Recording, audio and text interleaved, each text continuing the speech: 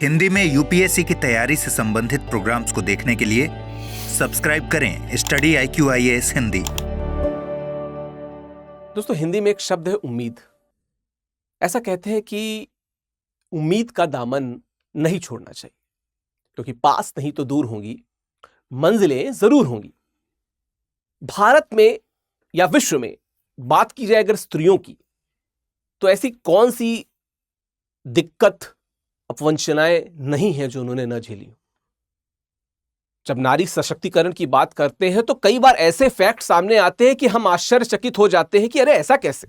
जैसे अभी की बात करें, 2025 चल रहा है, अभी भी जो भारत का सुप्रीम कोर्ट है यानी उच्चतम न्यायालय है, उसने आज तक किसी मुख्य महिला न्यायाधीश को नहीं देखा। ठीक, वहीं पे जो भारत की सेना है, जो भारत के देश की शान है, उसने आज तक किसी लेडी आर्मी चीफ को नहीं देखा। ऐसे बहुत से फैक्ट्स। महिला राष्ट्रपति हमने नहीं देखी थी, हमने देखी, दूसरी महिला राष्ट्रपति देखी। कुछ कुछ जगहों पे सुधार होता जा रहा है। संसद की बात की जाए, नेतृत्व की बात की जाए, सुधार हो रहा है। शायद इस दिशा में एक और सकारात्मक कदम है जहां पे उम्मीद की एक किरण दिखी है, और वो किरण ऐसी है कि निश्चित तौर पे समस्त देशवासियों को प्रफुल्लित करने वाली है। उसी उम्मीद की किरण पे अगर हम बात करें तो वर्षों बाद यह लग रहा है कि भविष्य में भारत को आर्मी चीफ के रूप में महिलाएं जरूर दिख सकती हैं। इसी विषय पे बात करेंगे, क्योंकि एक न्यूज है जो लगातार चर्चाओं में रही है, हम उसको भी कवर करेंगे।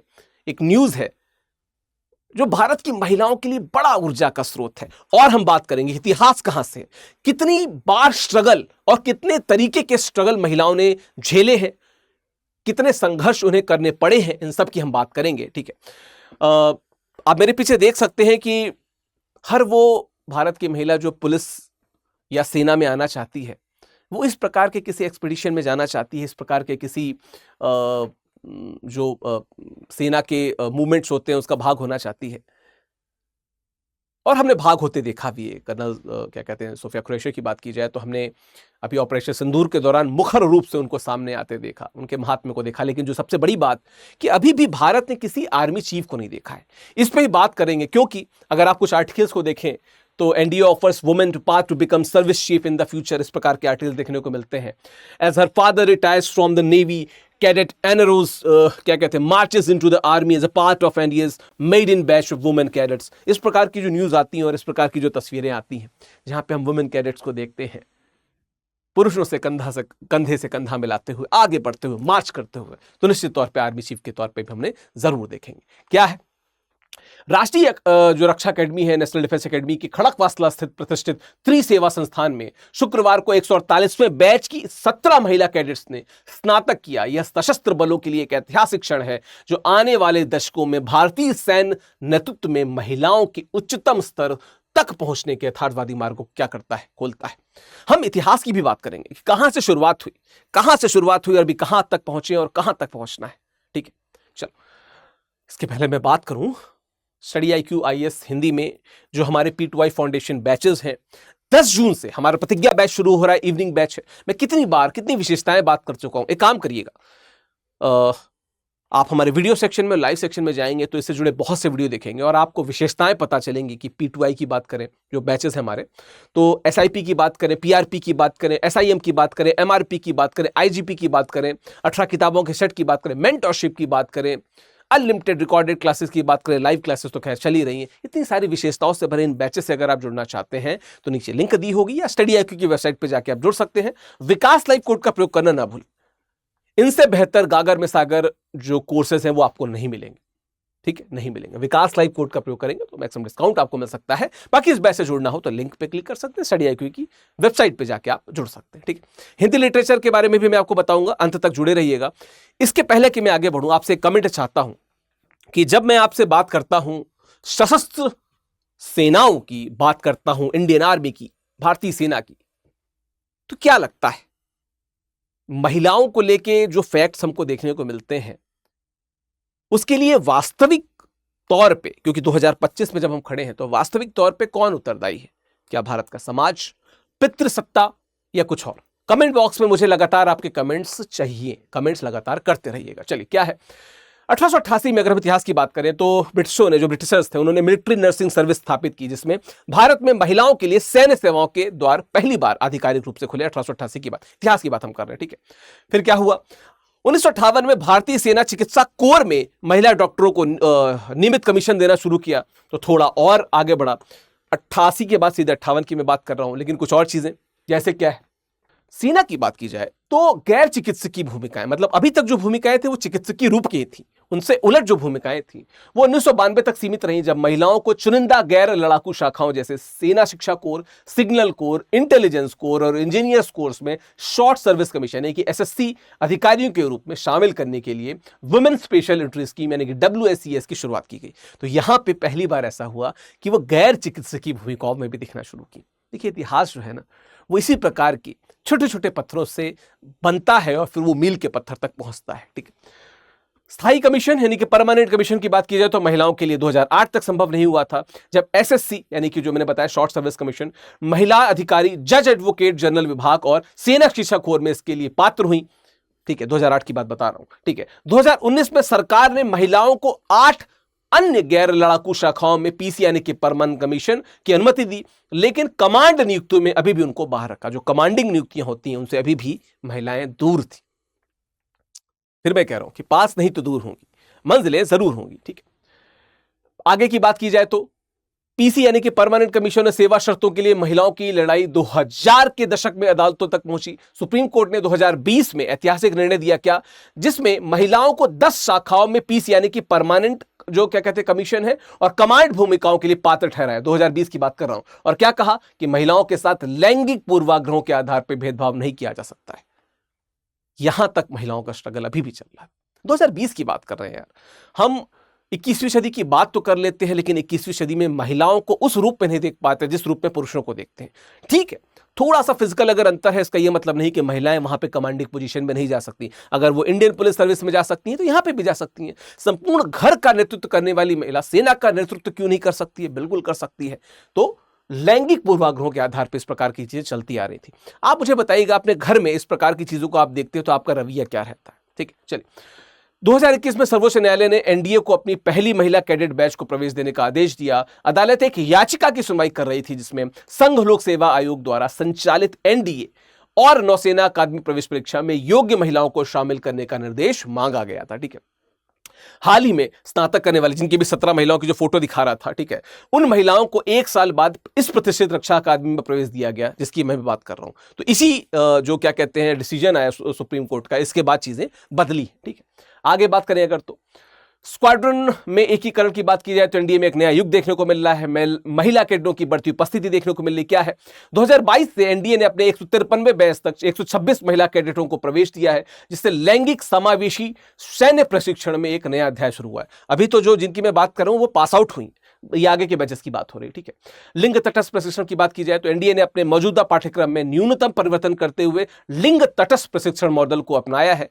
पुरुष हो महिला हो सेम प्रकार की ट्रेनिंग हो, क्योंकि यार देखो इमोशनली मजबूत होती है यही कहा जाता है, पर फिजिकली भी वो खुद को प्रूफ कर सकती हैं। इसी बात को सुनिश्चित करने के लिए लिंग तटस्थ प्रशिक्षण की बात की गई है। ठीक है, प्रशिक्षण मुख्यतः संयुक्त है, जिसमें पुरुष और महिला कैडेटों के भविष्य की कमांड भूमिकाओं के लिए तैयार होने के लिए एक ही प्रकार का प्रशिक्षण उनको दिया जाता है। ठीक है, आगे की बात करें तो अन्य अकादमियों से सीखना क्या चाहिए हमें। महिलाओं के प्रशिक्षण की संरचना के लिए एनडीए ने अधिकारी प्रशिक्षण अकादमी चेन्नई, भारतीय नौसेना अकादमी जो एजिमाला की है और वायुसेना अकादमी जो डुंडिगल की है जैसे स्थापित अकादमियों से पद्धतियां उधार ली, जो वहां पे लगातार चलती आ रही थी, जहां 1992 से महिला एसएससी अधिकारियों को प्रशिक्षित किया जा रहा है। तो बहुत सारी चीजें सीखने से आती हैं। हम आसपास जब अगल बगल देखते हैं तो वो सुधार जो समाज में हो रहे होते हैं उन सुधारों को अपनाने का प्रयास करते हैं, तो निश्चित तौर पर यहां पर भी इस प्रकार के प्रयास हमको देखने को मिल रहे हैं। ठीक है, बात करें तो पृथक आवास से पूर्ण एकीकरण क्या था। महिला कैडेट्स को शुरू में एनडीए परिसर में अलग आवास प्रदान किया गया, लेकिन अब उन्हें अकादमी की 18 स्क्वाड्रन में शामिल कर लिया गया है। ठीक है, एनडीए की 18 स्क्वाड्रन अकादमी के संगठन की मूलभूत इकाइयां हैं। महिला कैडेट्स का इन स्क्वाड्रनों में एकीकरण सुनिश्चित करता है कि वे अपने पुरुष समकक्षों के समान दिनचर्या और प्रशिक्षण से गुजरे। तो इस प्रकार के जब बदलाव होंगे, पुरुषों के समान वो खुद को बराबरी पाएंगी, तो उसी प्रकार से उसी जोश के साथ सेना में उसी कमांडिंग पोजीशन में जा पाएंगी। तो बड़ा मतलब मुझे लगता है कि एक बड़ा बदलाव यहाँ पे देखने को हमको कहीं ना कहीं मिल रहा है, ठीक है। और अगर बात की जाए तो ऐसे मेरे पीछे आप थोड़ा सा सीन देख सकते हैं, लेकिन चीजें कुछ क्या है। कार्य में समानता की बात की जाए तो आज महिला कैडेट अपने पुरुष समकक्षों के साथ रहती हैं, प्रशिक्षण उनके साथ लेती हैं, मार्च करती हैं उनके साथ में, और उनकी वर्दी और दिनचर्या में कोई अंतर नहीं होता, जो भारत के सबसे प्रतिष्ठित सैन्य संस्थानों में से एक में एक सच्ची समानता का प्रतीक है, ठीक है। तो वो चीजें जिनसे पुरुष गुजर रहे हैं, उन्हीं चीजों से महिलाएं भी गुजरे, उसी प्रकार के प्रशिक्षण को महिलाएं भी समझें और निश्चित तौर पर उसी प्रकार से क्या हो, मजबूत हो, ठीक है। एक महत्वपूर्ण अवसर देखा जाए तो सशस्त्र बलों में महिला नेताओं के लिए मार्ग, महिला लीडर्स के लिए, नेता नहीं होगा, महिला लीडर्स के लिए, जो वुमेन लीडर्स हैं इन आर्म फोर्सेस, उनकी बात हो रही है। ऐतिहासिक रूप से महिलाएं एसएससी या सीधे प्रवेश के माध्यम से सीमित शाखाओं में सेना में प्रवेश करती थी, बिना कमांड भूमिकाओं के, या कोई लॉन्ग टर्म करियर नहीं दिखता था वहां पे। एनडीए अब महिलाओं को आधारभूत नेतृत्व प्रशिक्षण प्रदान कर रहा है, जिससे उन्हें करियर निर्माण में वही अवसर मिलेंगे जो पहले केवल पुरुषों के लिए संरक्षित थे, ठीक है। तो इस प्रकार की चीजें जरूरी है। सेवा प्रमुख बनने का मार्ग क्या है? महिला एनडीए स्नातक अब युवावस्था में ही अपना करियर शुरू कर सकती हैं, जिससे 35 से 40 वर्षों तक सेवा करना संभव हो जाएगा, जो कि सेवा प्रमुख के पद, यानी कि जो आर्मी चीफ है, वहां तक पहुंचने के लिए क्या है, एक प्रमुख आवश्यकता है। और निश्चित तौर पर भविष्य में ऐसा हमें लगता है कि हम इन पदों तक महिलाओं को होते जरूर देखेंगे। उनका प्रशिक्षण उन्हें युद्ध कमान भूमिकाओं के लिए भी तैयार करता है, जैसे कि पैदल सेना, तोपखाने, नौसैनिक युद्धपोतों या लड़ाकू स्क्वाड्रनों में, जो उन्नति के लिए आवश्यक है। मतलब इसी सेना कोर में आगे बढ़ने के लिए क्या है, बहुत आवश्यक है महिलाओं के लिए, ठीक है। आप मेरे पीछे गुंजन सक्सेना का छोटा सा एक क्लिप देख सकते हैं जीआईएफ फॉर्मेट में, बड़ा उदाहरण है। इन पे एक मूवी भी आई है। आप कमेंट बॉक्स में बताइएगा कि आपने क्या सीखा उससे, क्या इस प्रकार की चीजें और प्रमोट की जानी चाहिए, निश्चित तौर पर इस प्रकार की कहानियां और आनी चाहिए, ठीक है। सांस्कृतिक और संरचनात्मक सुधारों की आवश्यकता की बात क्या है? यद्यपि हाल के परिवर्तन आशाजनक हैं, तथापि जो वरिष्ठ सैन्य नेता सैन्य बलों के भीतर सांस्कृतिक बदलाव की आवश्यकता पर बल दे रहे हैं, ठीक है। सैन्य नेता मतलब सैन्य लीडर्स, ये नेता का ये लिटरल ट्रांसलेशन हो गया है। तो जो टीम है, मैं उनसे बताऊंगा कि बहुत सारी चीजें हैं, महिलाएं यहां तक पहुंच गई हैं, तो मैं ट्रांसलेशन में और बेहतर जगह पे आना होगा, है ना। चलो, चुनौतियां अभी भी बनी हुई क्या है?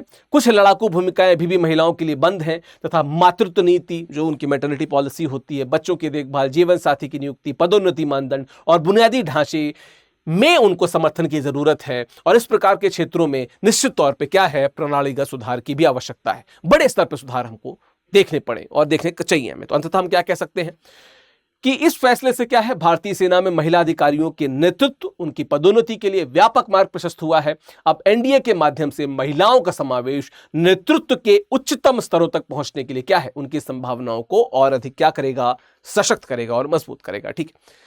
हिंदी साहित्य वैकल्पिक विषय 2 जून से बैच शुरू है।